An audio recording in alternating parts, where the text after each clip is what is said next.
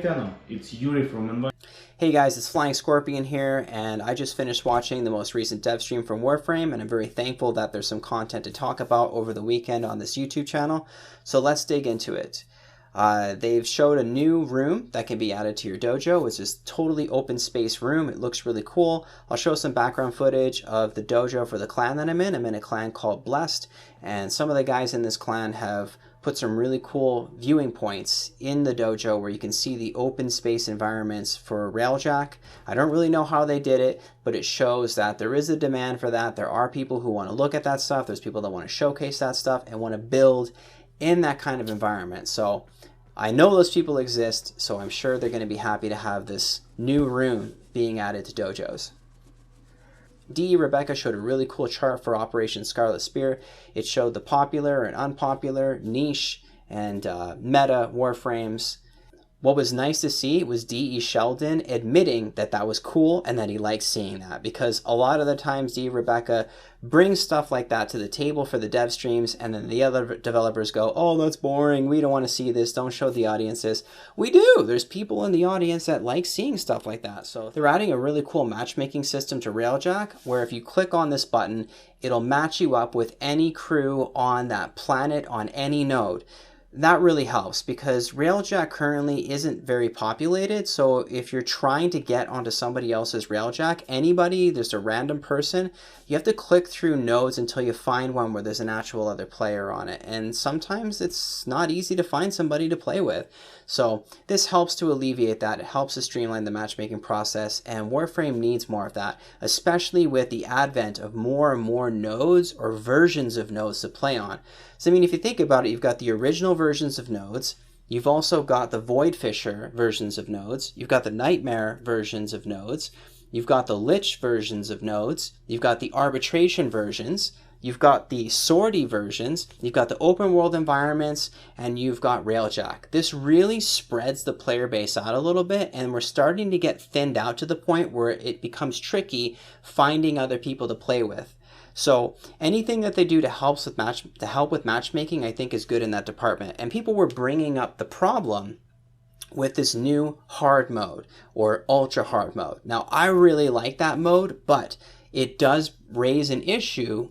How are you going to find other people to play with if you've now got all of these extra versions of nodes to play on and the players get so spread out that you don't just bump into one another? Well, I don't know, but I think the answer is there. It's kind of hidden in plain sight, and I think Digital Extremes will be able to find a way to deal with that if they're willing to make it a priority and deal with that issue. Personally, for me, I think that the pros outweigh the cons for this hard mode and ultra hard mode. So if you didn't catch the dev stream, hard mode is basically base level plus 50 and ultra hard mode is base level plus 100. And I think that's awesome. Thank you, D.E. Scott. Thank you so much for addressing this. I feel validated. I feel listened to. It's obvious that the developers listen to the players, listen to the complaints, and listen to the feedback and actually take action on it. So, you know, anybody out there that's hating on Digital Extremes and saying that they're ignoring us, they're not, guys. They are listening, and what you see or what you say does make a difference. So again, thank you, D.E. Scott, for adding or working on this hard mode. Let's talk about the rewards that they're bringing to the table for hard mode and ultra hard mode. Personally, I would like to have a glyph. Something where I can spray paint it on a wall, or if you look at my profile, you'll see I've completed the whole star chart on the hardest game mode. I would like to see that. It's like a badge of honor to prove that you did something. Another thing that people are pointing out with this new ultra hard mode is that you're going to get more affinity for doing it because the enemies will be higher level. And I totally think that's a good thing. I agree with rewarding difficulty with more time efficiency. So if you want to level up your Warframe really fast, go to Hydron on ultra hard mode and you'll start off with enemies at level 130 or level 140. Leveling up your Warframe is going to be faster, you're facing tougher resistance, but you're rewarded with a faster leveling process. I think that's totally fair. In addition to that, Mott in the Void is going to be extremely difficult if you play it on ultra hard mode, because on Mott, enemies have a 3 times damage multiplier. So if they're level 140, as soon as you start on Mott, they're dealing the damage of a regular level 420 enemy. It's a lot of damage. So I don't care how much armor you get on your Rhino, that armor is going to melt on mod.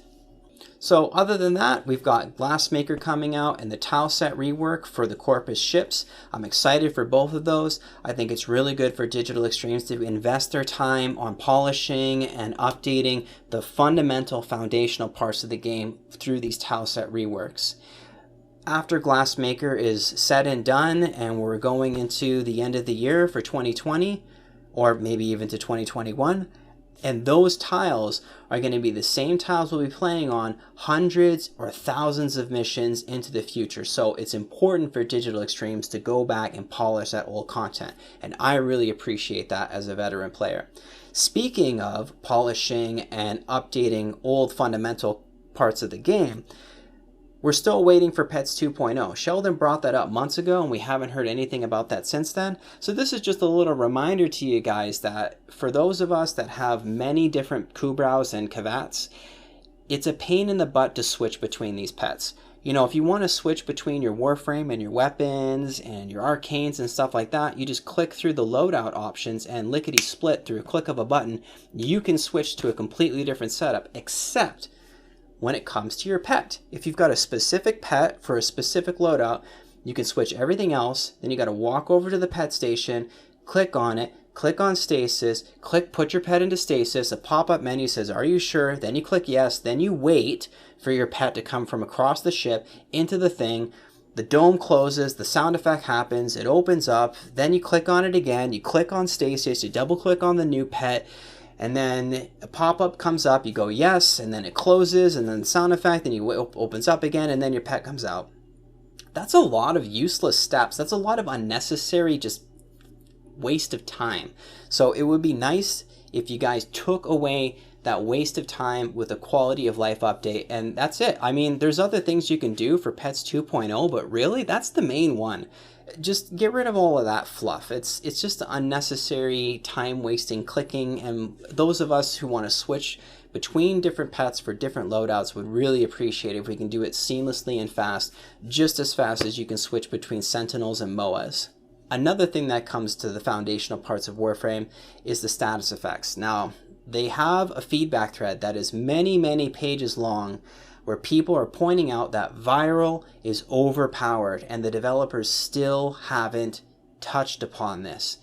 So this is just a reminder. Viral is still overpowered and heat is also a little overpowered as well. Now, I think it's pretty obvious why viral is overpowered. It overshadows everything, but for heat, let's point out that heat can stack an unlimited number of times. You can have thousands of heat procs on an enemy, whereas you're limited to 10 gas procs or 10 electric procs. So that makes heat overshadow the other elements. In addition to that, it strips 50% of the enemy's armor, and that totally steps on the toes of corrosive. Corrosive used to strip 100%, now it only strips 80%. So the gap between corrosive at 10 stacks and heat at 1 stack has been reduced even more. Heat is stepping on corrosive's toes, and it's invalidating corrosive to some extent. So viral needs to be tuned down a little bit, and so does heat as well. Anyway, that's all that I've got to say, guys. Thanks for watching. Let me know what you think in the comment section below, because just like how Digital Extremes is influenced by the feedback that the players give, I am influenced by the feedback that you guys give to me as well. So let me know what you think down below, and either way, thanks for watching. Adios.